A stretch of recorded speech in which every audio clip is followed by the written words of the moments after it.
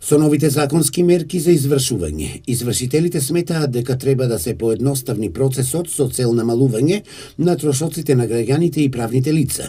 При одредување на тарифата за извршителите, владата треба да има предвид дека до пристигнувањето на предметот за извршување веќе има 5 акумулирани ставки: главен долг, камата на главниот долг, трошоци за нотар, камата на истите и адвокатски трошоци. Дури на крај доаѓаат трошоците за извршување кои се обременети со разни даночни давачки согласно нашето законодавство. Кога зборуваат граѓаните дека за 1000 денари им се наплаќа 10, па дури и 12.000 денари, тоа е, да, вистина е, меѓутоа тие сите средства не завршуваат кај извршителите, тоа се веќе голем дел на акумулирани трошоци.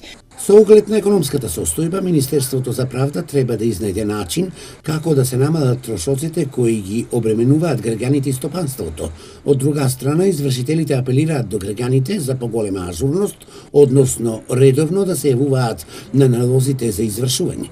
Голем дел од доверителите постојано имаат одредени акции, со кои акции ги ослободуваат граѓаните, кои од трошоци, кои од камати на долговите, кои од други побарувања со што им се олеснува начинот на исплата на нивните долгови. Со одлука на Уставниот суд повеќе не се прави разлика, односно дискриминација на комунални предмети и предмети за останати побарувања, туку за сите нив се води една иста извршна постапка. Исто така, новина е и тоа дека извршителите повеќе не се должни да ги опоменуваат граѓаните пред издавање на налог за извршување.